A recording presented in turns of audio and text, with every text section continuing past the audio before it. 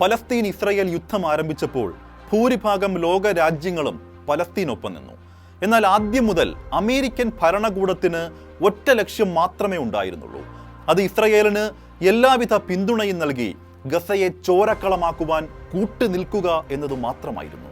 എന്നാൽ അമേരിക്കയിൽ തിരഞ്ഞെടുപ്പ് അടുത്തിരിക്കുന്ന പശ്ചാത്തലത്തിൽ ഇസ്രായേൽ പ്രണയം മൂലം ഭരണം നഷ്ടമാവുമോ എന്ന കടുത്ത ആശങ്കയിലാണ് ജോ ബൈഡനും ഡെമോക്രാറ്റിക് പാർട്ടിയും.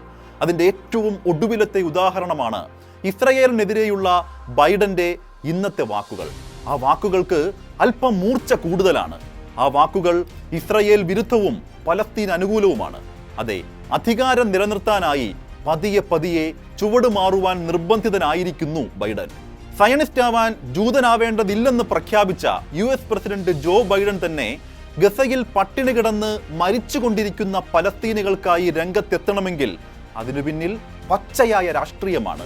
അധികാരം പോകുമോ എന്ന കടുത്ത ഭയമാണ്. ജോ ബൈഡന്റെ ഇന്നത്തെ വാക്കുകൾ നോക്കൂ.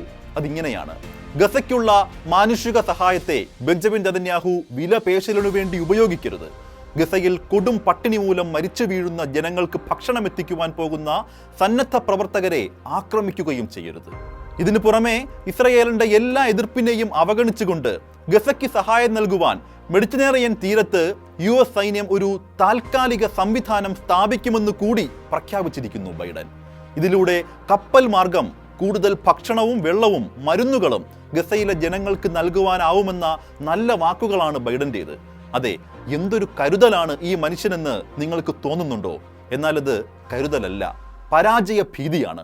അധികാരം ട്രംപ് കൊണ്ടുപോകുമോ എന്ന ഭയം ബൈഡനെ വല്ലാതെ ബാധിച്ചിരിക്കുന്നു. ഭരണം മാറിമറിയുന്ന സംസ്ഥാനങ്ങളിലെ അറബ് അമേരിക്കൻ ബൈഡന്റെ ഇസ്രായേൽ പ്രണയത്തിൽ മനം മടുത്തിരിക്കുകയാണ്. അറബ് അമേരിക്കൻ ഇൻസ്റ്റിറ്റ്യൂട്ട് 3 മാസം മുമ്പ് നടത്തിയ സർവേയിൽ ബൈഡനുള്ള ജനപിന്തുണ 17% മാത്രമായി കുറഞ്ഞിരിക്കുന്നുവെന്നാണ് കണ്ടെത്തിയിരിക്കുന്നത്. ട്രംപിന് 40% പിന്തുണ കൂടിയെന്നും അന്നത്തെ ആ സർവേ പറയുന്നു. ഇസ്രായേൽ അനുകൂലമായ നിലപാട് ബൈഡൻ ശക്തമായി തുടർന്നാൽ 2024 തെരഞ്ഞെടുപ്പിൽ ട്രംപിന്റെ വിജയത്തിന് അത് വഴിയൊരുക്കുമെന്നാണ് വിലയിരുത്തൽ. ബൈഡന്റെ ഇസ്രായേൽ പ്രണയത്തിന് അദ്ദേഹത്തിന്റെ രാഷ്ട്രീയ ജീവിതത്തിന്റെ അത്രയും തന്നെ പഴക്കമുണ്ട് എന്നുള്ളത് മറ്റൊരു പച്ചയായ യാഥാർത്ഥ്യമാണ്. ഈജിപ്തിൽ നിന്നും റഫ അതിർത്തി വഴി ഗസയിലെ ജനങ്ങൾക്ക് ഭക്ഷണം എത്തിക്കുന്നത് ഇസ്രായേൽ തടഞ്ഞു വച്ചിരിക്കുന്ന പശ്ചാത്തലത്തിലാണ് ഈ ബൈഡന്റെ അപ്രതീക്ഷിതമായിട്ടുള്ള ഈ മനംമാറ്റം.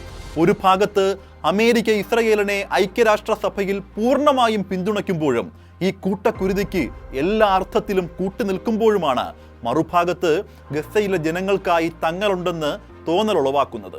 കഴിഞ്ഞ തവണ തനിക്ക് കിട്ടിയ വോട്ടുകൾ ഇക്കുറി റിപ്പബ്ലിക്കൻ പാർട്ടിയിലേക്ക് വഴുതി വീഴുമെന്നുള്ള ഉൾവിളി ശക്തമായതോടെയാണ് ഗത്യന്തരമില്ലാതെ ബൈഡൻ നിലപാട് മാറ്റുവാൻ നിർബന്ധിതനായിരിക്കുന്നത്. ഗസയിൽ ഭക്ഷണം എത്തിച്ചില്ലെങ്കിൽ ലോകരാജ്യങ്ങളുടെ മുന്നിൽ അമേരിക്ക നാണം കെടും എന്നതുകൊണ്ടല്ല ഈ നിലപാട് മാറ്റം. നെതന്യാഹുവിനെ പിന്തുണയ്ക്കുന്നത് മൂലം ഭരണം പോവുമെന്ന കടുത്ത ഭീതി മൂലമാണത്. ഗാസ യുദ്ധം 6ാം മാസത്തിലേക്ക് കടക്കുമ്പോൾ റഫ അടക്കമുള്ള മേഖലകളിൽ ആക്രമണം ശക്തമാക്കുമെന്ന് തന്നെയാണ് നെതന്യാഹുവിന്റെ പ്രഖ്യാപനം. റമദാൻ വ്രതാരംഭത്തിന് മുൻപേ വെടിനിർത്തൽ ഉണ്ടാകുമെന്ന പ്രതീക്ഷയിൽ കഴിഞ്ഞ ഞായറാഴ്ച ആരംഭിച്ച കെയ്റോ ചർച്ചയും പരാജയപ്പെട്ടിരിക്കുകയാണ്. യുദ്ധത്തിൽ 75% ജനങ്ങളും ജന്മനാടായ ഗസ ഉപേക്ഷിച്ച് പലായനം ചെയ്യുകയാണ്. എല്ലാം തകർന്നടിഞ്ഞ അവിടേക്ക് സൗജന്യ ഭക്ഷണവും മരുന്നും എത്തിക്കുന്ന UN ഏജൻസികളെ ഇസ്രായേൽ സൈന്യം തടയുന്നതാണ് ഏറെ ദുഃഖകരം. 30,800-ലധികം പലസ്തീനികളെയാണ് ഇസ്രായേൽ ഭരണകൂടം ഇതുവരെ കൊന്നൊടുക്കിയത്. എല്ലാത്തിനും ഇസ്രായേലിനെ പിന്തുണച്ചത് അമേരിക്കൻ ഭരണകൂടമാണ്. ജോ ബൈഡന്റെ അകമഴിഞ്ഞ പിന്തുണയാണ്. രാഷ്ട്രീയ നേട്ടങ്ങൾക്കും അധികാരത്തിനും വേണ്ടിയാണെങ്കിൽ പോലും ഭക്ഷണം കിട്ടാതെ മരിച്ചു വീഴുന്ന ഗസയിലെ ശേഷിക്കുന്ന ജനങ്ങൾക്ക് ഒരു നേരത്തെ ഭക്ഷണമെങ്കിലും ലഭിക്കുവാൻ ഇതുമൂലം കഴിയട്ടെ എന്നല്ലാതെ മറ്റെന്ത് പ്രാർത്ഥിക്കുവാൻ കഴിയും നമ്മൾക്ക്?